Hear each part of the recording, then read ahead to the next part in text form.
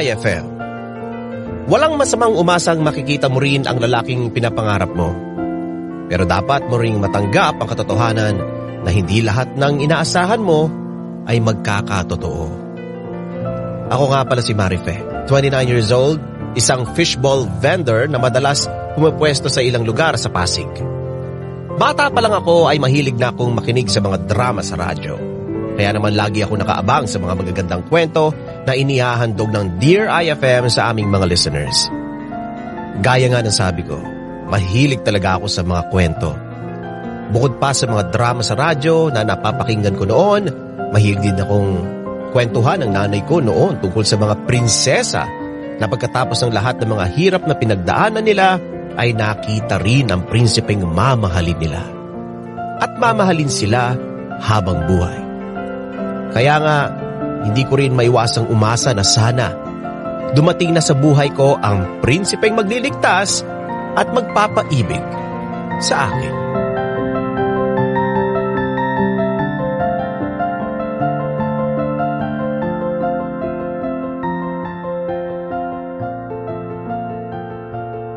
Ano ba, Boyong? Bibili ka ba ng fishball o mangungulit ka lang dito? Kanina ka pa eh. Alam mo, Marife, sobrang suplada mo. Kaya hanggang ngayon wala ka pa rin boyfriend eh. Ano ba pakailan mo? Sinasabihan lang kita. Kasi baka mamaya tumandang dalaga ka niyan, ikaw rin. Kung tumandang dalaga man ako, wala ka na ron. Sus, kunyari pa to. Babae ka rin, Marife. Kahit hindi mo aminin, siguradong naghahanap ka rin ng lalaki sa buhay mo. At sinong lalaki naman ang hinahanap ko? Ikaw? Yuck. Hindi ako nagsabi niyan ha. Ikaw may sabi niyan. Ewan ko sa'yo. Grabe ka, Marife. Pasimple ka lang pero paunti-unti inaamin mo na ako talaga yung type mo. Wala akong sinasabing ganyan, Boyong. At kahit kailan, hindi ako magkakagusto sa isang katulad mo, no? Imposible namang hindi ka magkakagusto sa isang tulad ko eh. Ang gwapo-gwapo. Yun na nga eh. Doon pa nga lang, sumablay ka na. Anong ibig mo sabihin? Tinatanong mo talaga ako? Oo! Baka pag diniretso kita dyan, umiyak ka na lang bigla dyan. Di ako iyakin, no? Talaga lang, ha? Sige, subukan mo ako. Didiretsohin na kita. Mayabang ka na nga, feeling gwapo ka pa. Hindi naman. Ano sabi mo? Akala ko ba hindi ka iiyak? Ayan, sinabi ko na yung totoo sa'yo. May problema ka? Papatunayan ko sa'yo na mali yung tingin mo sa akin. Pagbabayaran mo yung mga sinabi mo sa akin. Wow! Papatunayan daw. Paano mo naman yun gagawin? Kapag nahalikan na kita, pagsisisihan mo yung mga sinabi mo, mararamdaman mo rin yung pagkalalaki ko. Boyong! Ano ba? Tumigil ka nga! Ano ba? Ang bastos mo naman! Ang sakit nun ah! Dapat lang sa iyan. Bastos ka kasi. Ganun ah. Halika nga dito! Ano ba? Aray! Ano ba? Wisit ka! Sino yung namatok sa akin? Brad, ang babae, nire-respeto dapat, hindi binabastos. Di mo ba ako kilala? Akala mo kung sino ka? Ha? Ano? Ha? Ano? Sige! Ha? Ano? Hindi pa tayo tapos! Babalikan kita! Ano? Sige! Takbo! Oo pala to. Miss, okay ka lang ba? Okay lang ako. Kuya, salamat ha.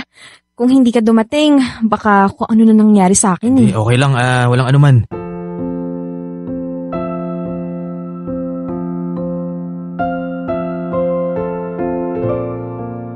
Sa unang pagkikita pa lang namin ni Andy, nahulog na agad ang loob ko sa kanya. Hindi ko akalain na dumating na pala ang prinsipeng magliligtas at magpapaibig sa akin. Kaya naman hindi ko na sinayang pa ang pagkakataon at ako na mismo ang kumuha ng cellphone number at laging nagte-text sa kanya. At sa tuwing nagre-reply siya sa akin, kakaibang kilig talaga ang nararamdaman ko para sa kanya. Hindi nagtagal, naging close na kami sa isa't isa at magiging mali siguro sa mata ng ibang mga tao, pero kahit na alam kong may girlfriend siya, hindi pa rin ako sumusuko. Dahil alam kong nakita ko na ang Prince Charming ko.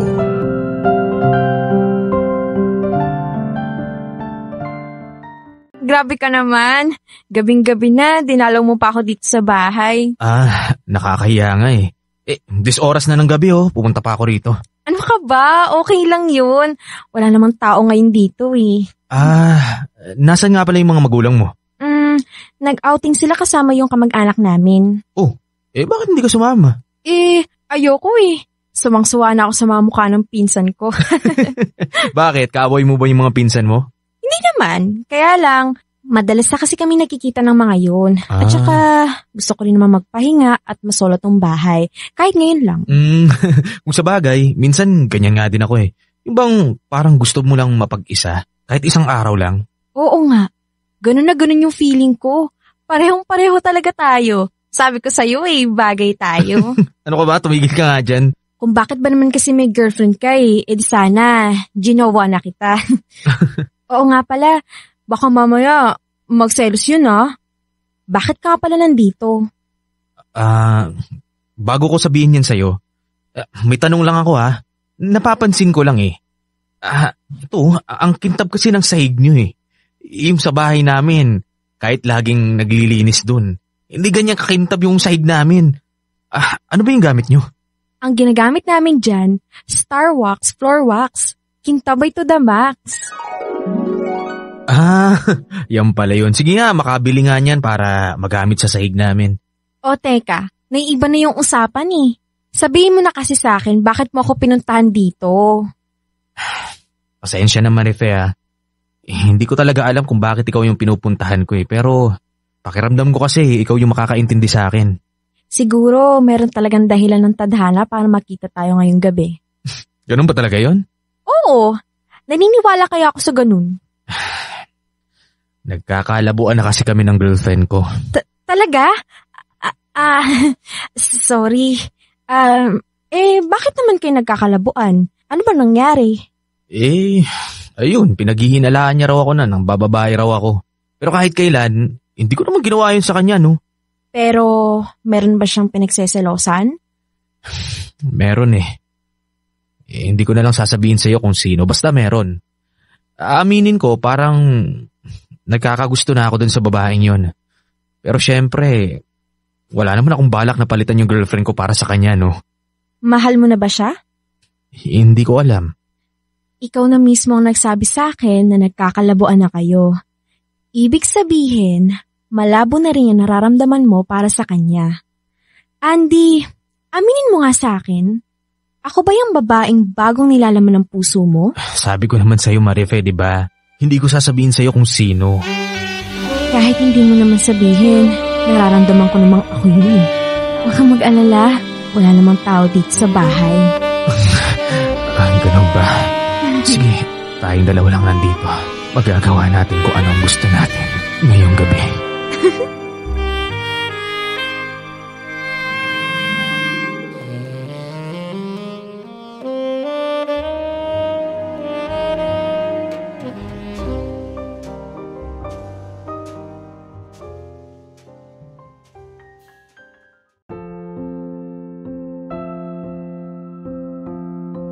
Dumating na ang pagkakataon, kaya hindi ko na siya papakawalan pa.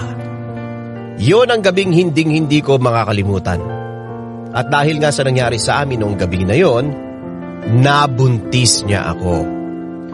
Magkahalong saya at kaba dahil nagbunga agad ang pagmamahal ko sa kanya. Hindi ko pa masabi noon na bunga yun ang pagmamahalan namin dalawa dahil hindi naman niya kinukumpirma na may nararamdaman na siya para sa akin. At ang masakit pa nito, bigla na lang siyang hindi nagpakita pagkatapos kong ibalita sa kanya na buntis ako sa anak naming dalawa. Biglang napalitan ng sobrang panghihinayang ang naramdaman ko nang dahil sa ginawa niya sa akin. Mukhang nagkamali ako sa inaakala kong Prince Charming ko.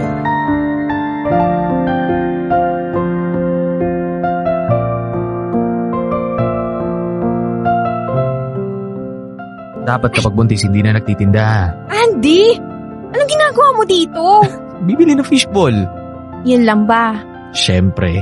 Kaya rin ako pumunta dito para magkausap tayo. Ano na naman ang pag-uusapan natin? Marife, huwag ka naman ganyan sa akin. Nandito nga ako para sa'yo at saka sa anak natin. Iniwan mo ako kung kailan kailangan kita. Tapos magtataka ka bakit ako nagagalit sa'yo? Easy lang. Relax. Naiintindihan ko naman yung nararamdaman mo. Pero bigla-bigla kasi yung nangyari sa atin eh. Kaya bigla-bigla ka ring nawala? Ganon ba yun? Hindi ganon kasimple yung sitwasyon, Marife. At saka isa pa, may girlfriend ako. Ano bang gusto mo? Iwan ko na lang siya ng basta-basta? Wala akong sinabing ganyan, Andy. Ang akin lang, hindi ka man lang nagparamdam sa akin. Kahit pa sabihin mo may girlfriend ka, may responsibilidad ka pa rin sa akin. Alam ko naman yon. Yun naman pala eh. Bakit hindi ka man lang sumasagot sa mga text ko sa'yo? Ang iniisip ko tuloy, balak mo na akong takasan eh. Hindi sa ganon. Kaya lang, nabigla nga ako eh. Hindi ko alam kung kakayanin ko ba yung responsibilidad, pero ngayon handa na ako. Pananagutan ko na yung bata, Marife. Ay, salamat. Pero, paano naman ako, Andy? Siyempre gusto ko malaman kung magiging responsable ka rin sa puso ko. Oo naman. Yun nga yung isang dahilan kung bakit ako nagpakita sa iyo eh. Ang ibig mong sabihin? Oo, Marife. Wala na kami ng girlfriend ko. At saka ikaw ang pinili ko. Kaya nga, natagalan ako bago nakabalik sa iyo.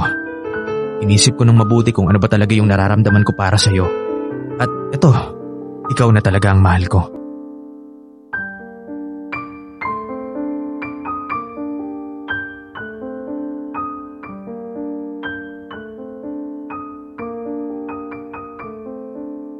At pinatunayan na nga sa akin ni Andy na siya nga ang Prince Charming na matagal ko nang hinihintay na dumating sa buhay ko. Galit na galit daw ang ex-girlfriend ni Andy sa akin. Hindi ko rin siya masisisi at alam kong sobrang nasaktan siya sa nangyari. Pero wala na akong magagawa. Tadhana na siguro nagsasabing hanggang dun na lang talaga ang naging pagmamahalan nila. Para sa akin talaga si Andy. At hindi ko na siya papakawalan pa. Papatunayan ko sa kanyang tama ang naging desisyon niya na ako ang pinili niya. Ano mang pagsubok ang dumating sa relasyon naming dalawa, sigurado akong makakaya namin ang lahat. Dahil itinakda talaga kaming dalawa para sa isa't isa.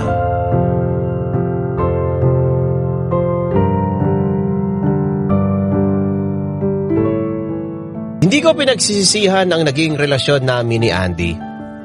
Siya talaga ang itinitibok ng puso ko at handa ko siyang ipaglaban kahit na ano pa ang sabihin ng ibang mga tao sa aming dalawa.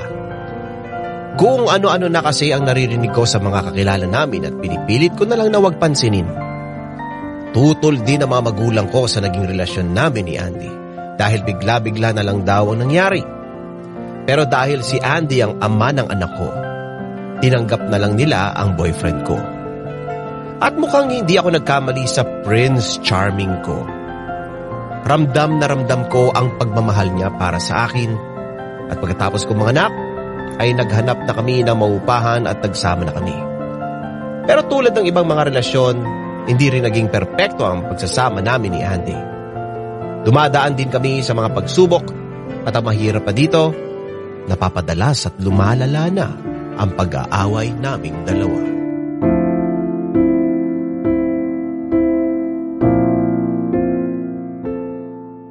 Ano na naman ba to, Marife? Kakauwi ko lang, inaaway mo na agad ako. Ikaw kasi, may kasalanan ka na nga, nagmamaang-maangan ka pa. Pinapainit mo yung ulo ko. Wala akong ginagawa sa'yo. Pagdating ko dito sa bahay, puliw agad yung sasalubong mo sa akin.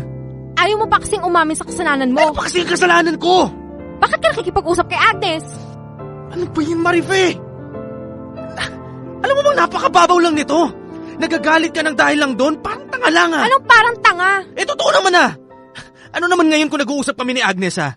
Ang hirap din naman ng mga kapitbahay natin dito. Masyadong pakialamera. Ang bilis kumalat ang chismis. Di totoo ang nakikipag-usap ka sa ex mo. Oh, ano ngayon? Hindi ko naman tinatanggi ah. Wow! At talagang proud na proud ka pa ha? Ang sinasabi ko lang, walang masama makipag-usap sa ex. Anong walang masama? Andy, ex mo na yun. Hindi ka na dapat nakikipag-usap sa kanya. Marife, Diyos ko. Bigla lang kami nagkita sa palengke. Nagulat nga ako at hindi ko akalain na makikita ko siya ulit. Di tuwang-tuwa ka naman. Iwan ko sa'yo. Parang nagkabatian lang naman kami ah. Nangmustahan lang. Tapos galit ka na? Hindi ako naniniwala sa'yo. Naku, ewan ko ba? Ang hirap magpaliwanag sa'yo, alam mo ba, Marife? Hindi ko na naiintindihan kung ano pa yung kinakatakot mo. Maraming pwedeng mangyari sa pakikipag-usap mo sa kanya, Andy. Alam mo, Hindi kita maintindihan eh. Ano ba iniisip mo? Bigla-bigla na lang kami magbabalikan, ganun ba yun? Natatakot lang ako para sa pamilya natin. Andy naman, baka mamaya dyan, yan babaeng yan, nilalandi ka lang yan eh. Ganun. Natatakot ka na pwede akong landiin ng ex ko, ganun. Bakit? Sino ba babae ang hindi mag-aalala na nilalandi ng ibang babae ang asawa niya? Oo, hindi pa tayo kasal pero alam mo na yung ibig ko sabihin, di ba? Baka nagkakalimutan tayo, Marife. Ikaw yung lumandi sa akin, kaya hindi na kami nagkaayos ni Agnes noon. Anong sinabi mo? Kaya ka siguro nag-aalborota ng ganyan, no?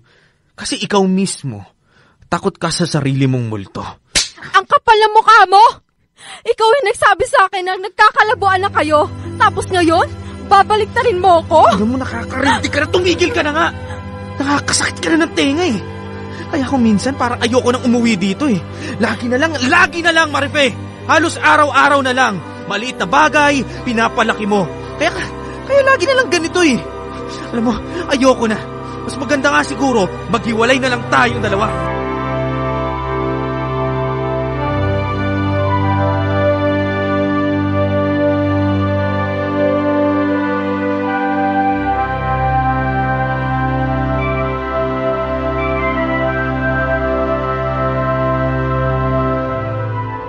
Hindi nyo rin siguro ako masisisi sa naging reaksyon ko pagkatapos kong malaman na nakipag-usap si Andy sa ex niya.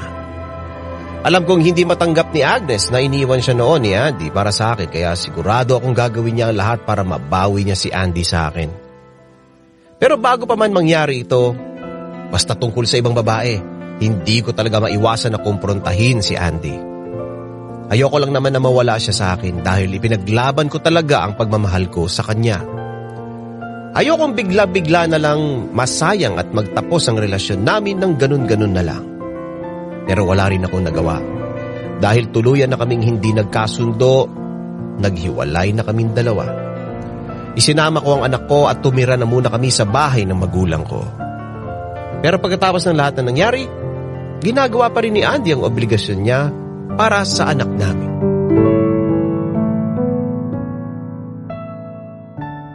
Marife!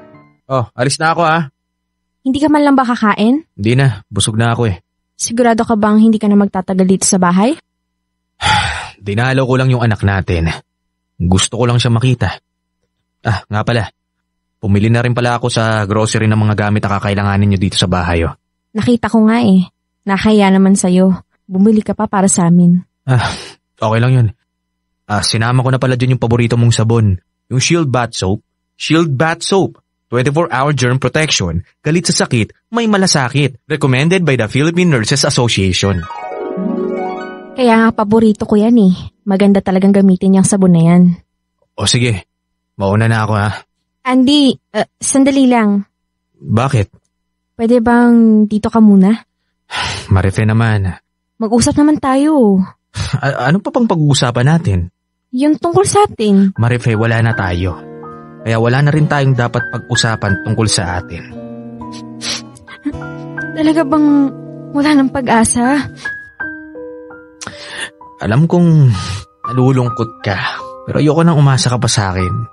Alam kong bata ka pa lang, pinangarap mo nang makakita kaya makakilala ng Prince Charming na kagaya ko na sinasabi mo, pero pasensya ka na. Hindi ako yun eh. Hindi ako yung Prince Charming na hinahanap mo. Hindi totoo yan, Andy. Ikaw ang lalaki nagpapatibok talaga ng puso ko. Ikaw lang yung lalaki minahal ko ng ganito, Auntie. Ano ba? Hindi naman ibig sabihin nun na ako na talaga yung lalaking para sa'yo. Huwag mo sabihin yan. Dumaan lang naman tayo sa problema eh. Pagsubok lang itong pinagdadaanan ng relasyon natin. Sigurado ako, maayos din natin to, Auntie. Maribe, ano ba? Huwag na nating ipilit. Wala na talaga eh. Bakit ba parang sumusuko ka na lang basta-basta? May anak tayo, Andy, oh. Ipaglaban mo naman kami. Lumalaban pa rin naman ako Pero para na lang sa anak natin yon. Pero para naman ako. Wala ka na ba talaga pakialam sa akin, ha? Hindi naman sa ganun, Marife. Ikaw pa rin naman yung nanay ng anak ko eh. Yun naman pala eh. Kung talagang lumalaban ka para sa anak natin, edi bigyan mo siya ng buong pamilya. Magpakasal tayo. Sa tingin mo ba, maaayos ang problema kapag ginawa natin yan? Marife, may pinagsamahan tayo. Naging espesyal ka pa sa akin. Pero mas maganda siguro na tanggapin na lang natin na hindi talaga tayo para sa isa't isa.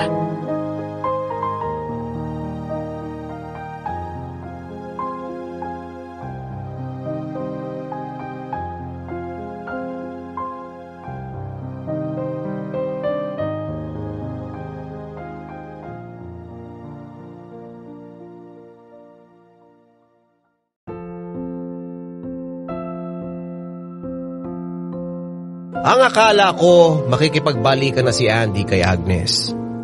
Pero nagkamali pala ako sa naging hinala ko. Hindi niya binalikan ang ex niya. At lalo ako nang hinayang para sa relasyon namin dahil nasayang lang ang lahat ng dahil lang sa matinding pagsiselos ko.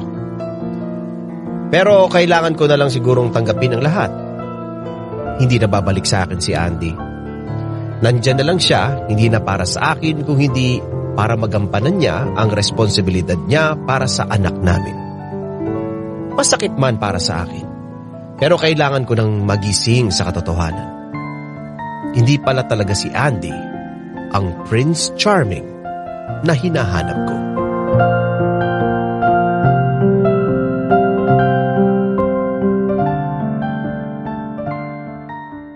Busy tayo dyan ah. Ano ba naman yan, Andy? Ang hilig mo naman manggulat. O nasan si Baby Via? Ayun, iniwan ko muna kay nanay. Paano mo nga pala nalaman na dito ako nakapwesto?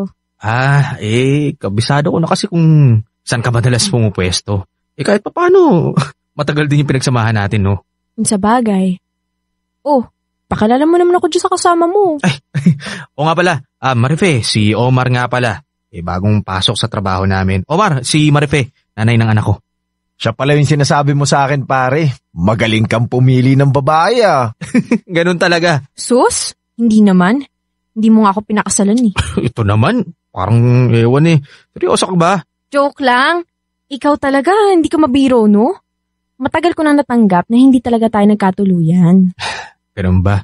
Magkaibigan pa rin naman tayo, di ba? Oo naman, no? Tsaka, mas gusto ko nang nakikita ng anak natin na magkasundo tayo kahit na hindi tayo magkasama sa isang bahay. Mabuti naman kung gano'n.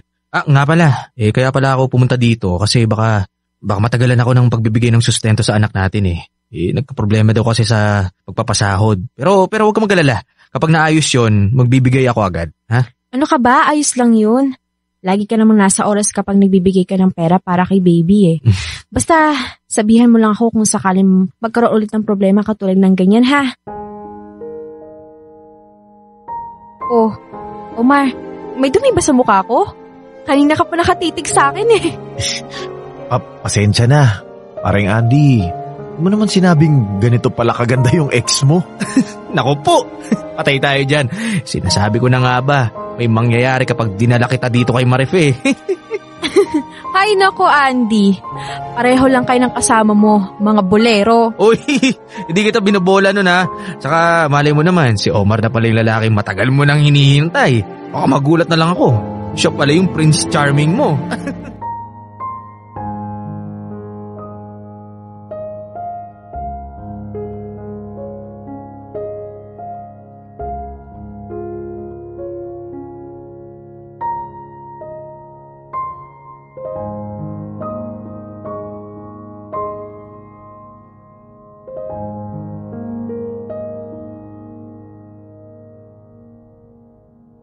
Tinawanan ko lang na yung biro sa akin ni Andy noong mga oras na yon. Pero mukhang maging totohanan na ang isang simpleng biruan. Naging madalas na rin ang pagbili ni Omar ng fishball sa akin. At hindi rin nagtagal, nanliligaw na siya sa akin. Nagulat na nga lang ako pero ang sabi naman ni Omar, nagpaalam raw siya kay Andy at boto naman ito para sa kanya. Sinabihan ko na rin siyang hindi ko pa agad masasagot kung matatanggap ko ba siya bilang boyfriend ko. At handa naman daw siyang maghintay sa magiging sagot ko sa kanya. Ayoko lang din kasing magpadalos-dalos sa magiging desisyon ko. Oo, nakikita ko namang mabuting tao si Omar at aaminin kong meron din siyang pag-asa sa akin.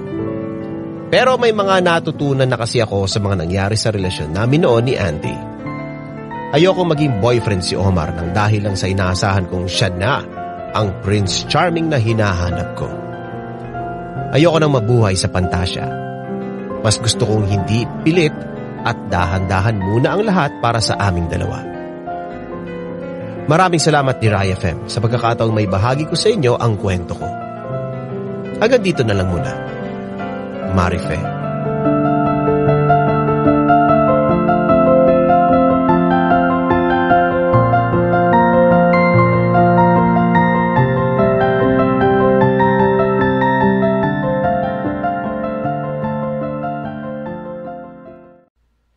Idol, may kwento ka bang nakakakilig?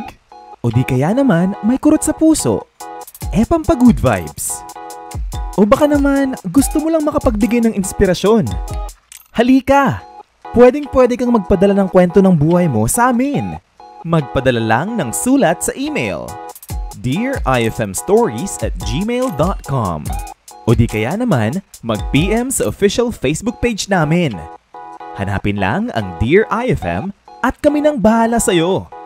Malay mo, kwento mo na pala ang susunod na mapapakinggan. Ano pang hinihintay mo?